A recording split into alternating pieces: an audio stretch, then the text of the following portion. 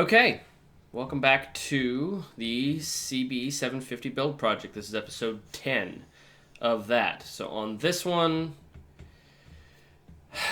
this is the sad one. So first thing I'm going to be doing is going over the seat pan and how I got that thing all kind of put together, sort of. It doesn't look nice. It'll be fine. It'll work, I think. And then we get into problems. I'm not going to spoil it, but they're big problems. Let's get into it. All right, just a quickie for tonight for updates. So I finally decided that I was going to actually try and just get the seat pan together. So it's not great welds, honestly. Those are not terrible, but it's kind of boogery. I don't really care because it's going on the seat and it's going to go under where no one can see it.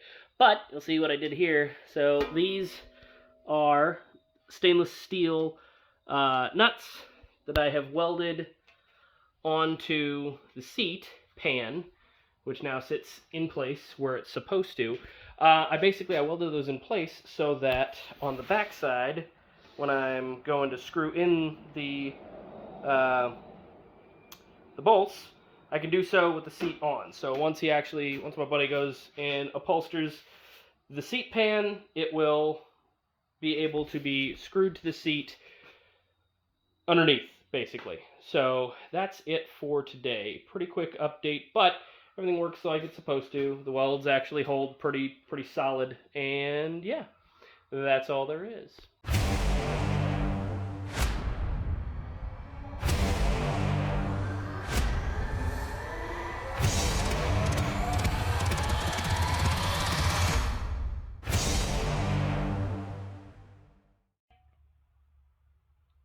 So, we're back with the chopper. So, unfortunately, I think I've got a lot of work ahead of me. So, the other day, I was ready to take out the bike, and I think I mentioned this in another video. I was going to ride it around the block. Started it up, no issue in the garage. Took it out there. I was like, all right, cool. Went to kick it, and the Kickstarter was just stuck solid. I had shut the bike off. There was no issue when I shut it off. It wasn't making any weird noises. Yeah, so I took it out there, and the kicker was stuck. So I was like, all right, cool. That sucks. Let's try the electric starter again. And it was just spinning and spinning and spinning. I now know why, but I'll get to that in a second. So the first part of this was kicker. And the kicker lever still is totally locked up. Doesn't do anything, doesn't work, doesn't turn, doesn't rotate, doesn't nothing. But when I put it in gear, when I put it in neutral, it rolls fine. When I put it in gear, it rolls harder, but it does roll, the chain does move, the tire doesn't skid. So I didn't think the engine was locked up. Now, however, I am concerned that it might be locked up. So I cracked it open, cracked this open, that's what all this is for. I didn't have a drain pan because I didn't think about it until it was too late. And then normally if you tilt the bike over that way, even if you pull this cover off, it won't leak oil everywhere. Which is true, but then I sat on the bike and tilted it back vertical because I wasn't thinking it through and spilled oil all over the floor. So, but right behind this part right here, this is the starter motor. There's a little shaft that goes into here, and then normally there's a gear that sits right here. That's the electric starter gear. Sweet. Awesome. Let's see how that looks. Alright, so we got a gear here, and... oh wait. There's something missing. So it's missing like, let's see, 1, 2, 3, 4. It's missing 4 teeth. And that space right there, it wasn't missing it when it went in there. It's down here somewhere, but one of those teeth is down in here. The other ones I fished out and threw away. So it ripped up the starter gear.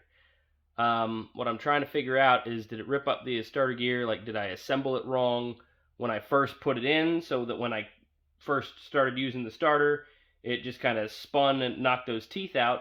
Or, and this is my actual concern, did I push the button to start the bike one of those times, and the engine was seized up, and this is the result. This sucker tried to spin, so the starter tried to, or I guess the starter tried to spin this thing. This thing wasn't budging because it was engaged with a big gear that sits in here that's attached to the crankshaft. And then this one just sheared off because it was like, nope, I quit, and then it just sat there. So this is why the electric starter isn't working, which is a good thing to know that that's a broken part. But the problem is now, when I open this up and I try and free spin the engine using the bolt that's on the camshaft, it doesn't turn. Out of nowhere. So part of me hopes that it's a Kickstarter issue, and because I'm basically, what this means is this engine's got to come out of the bike, it's got to go onto that table, and I've got to, well, one, I have to fix the kicker. So the entire bottom, the way that this engine works is this bottom case splits in half. So down here and then up. I don't know if there's a seam that you can see, but basically up in there, right there, there's the seam. Splits that bottom off the case. So now, because of all this, I've got to take the entire bike back apart and functionally start over on the engine, which I didn't want to mess with in the first place. So that's where I'm at. I've been avoiding dealing with this over the holidays, but now I have to because, well, there's nothing else left to do on the bike. So that's awesome. So that's where we're at. Maybe I'll video some of that stuff once I actually get the engine out and put it on the table. Maybe not. I'm kind of pissed off on it right now. So I'm taking a bit of a break, sort of, until I can figure out how I'm gonna go about getting the engine worked out. So that's where we're at right now. Not awesome, but learn something new every day. So we'll see how this goes.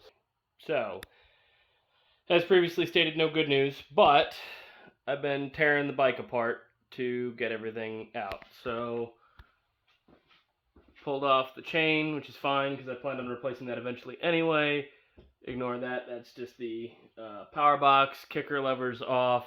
Seat and rear fender are off. I'm going to actually give that whole thing, I think, to my buddy to put the seat on. So I've got the curve of the actual rear fender correct. So you can just take that whole thing.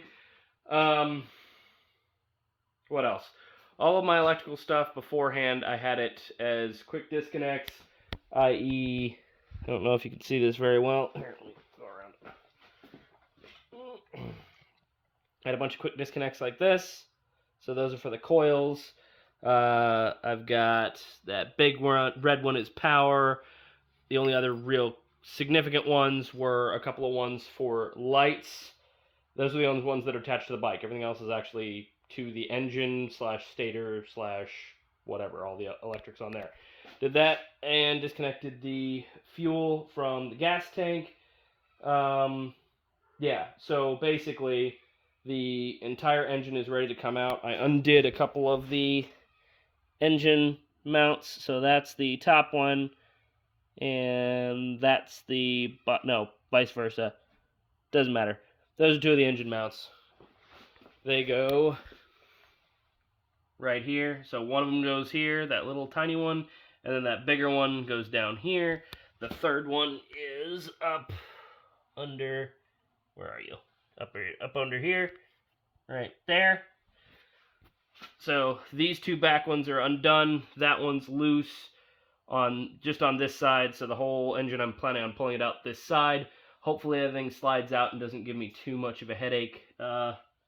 We'll see though, because I've got to get some help, because I'm going to have to pivot the front engine, or the front part of the engine up, because this is one of the few engine mounts on here. These two just came completely off, so the engine could just slide out.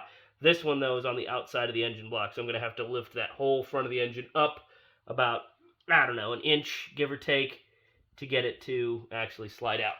And it also weighs like a couple 100 pounds, so I'm probably going to want to get some assistance lifting it if I don't want to throw my back out more than it already gets thrown out. So that's where I'm at. Bike is disassembled. Engine's ready to come out. Not going to do that today. But then it's going to go onto the bench. and we'll see. So that's where I'm at.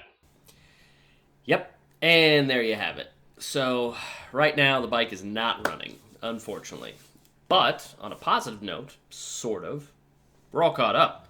So this is all the backlog videos going all the way back to the beginning of, well, the beginning of the build when I started recording things. So now we're caught up to the present day, and I can actually get back in the garage and get to work on that. So some things are going to be changing up as far as style goes, but it's because, thank God, I'm going to be back in the garage doing stuff instead of crying about a broken engine. So, thanks for being here. Like and subscribe, and I'll see you next time.